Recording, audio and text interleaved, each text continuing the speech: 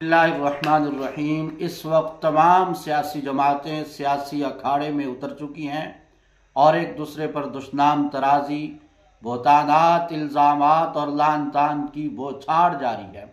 ऐसे में हमें इस्लामी नुक्ता नज़र से, दीनी नुक्ता निगाह से देखना चाहिए कि किन किन उमूर की हमें रियायत रखना ज़रूरी है।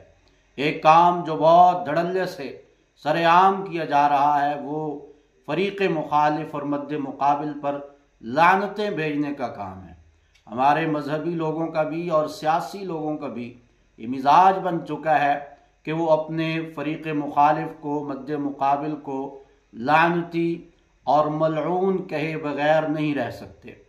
चुनाचे इसी भेड़ चाल में और झींगा मुश्ती में अब ये बात कि अफराद का नाम लेकर अशखास को मुतय्यन करके उन पर लानतें भेजी जा रही हैं।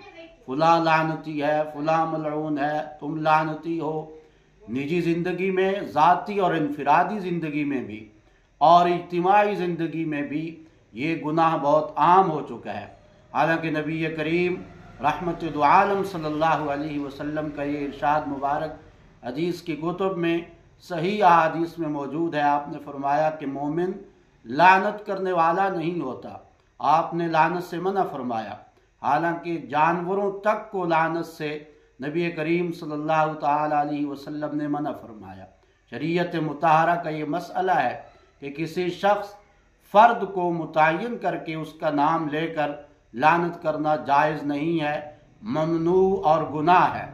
अलबत्ता ऐसा शख्स जिसकी वफ़ात और इंतकाल कुफ्र पर होना नस्से क़तई यानी कुरान करीम की वाज़ेह आयात या मुतवातिर अहादीस से साबित हो, जैसे फ़िरऔन, जैसे अबू जहल वग़ैरह, या शैतान का, उसकी वफ़ात का और उसका हमेशा कुफ्र पर रहना मुतय्यन है कुरान करीम की रूह से, ऐसे अफराद व अशख़ास का नाम लेकर उन पर लानत करना जायज़ है।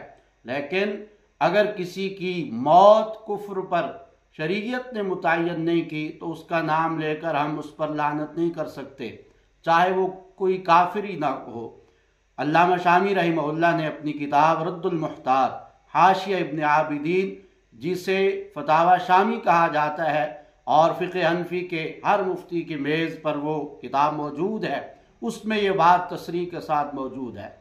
अल्लामा अब्दुल अज़ीज़ पिढ़ारवी रहमतुल्लाह अलैह ने जहाँ यजीद पर लानत की बहस कायम की है तो वहाँ अन्निब्रास शरह अक़ाइद में तफसील के साथ ये हुक्म लिखा है कि सिफत पर तो लानत भेजी जा सकती है, सिफात पर तो लानत भेजी जा सकती है।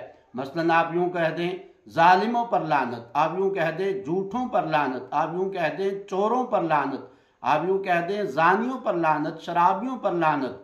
लेकिन किसी शख्स को, फ़र्द को, वो सियासी मुखालिफ हो या मजहबी मुखालिफ हो, उसका नाम लेकर उस पर लानत भेजना ये हमारी एक आदत और बद आदत बन चुकी है, जिसकी इस्लाह करना ज़रूरी है।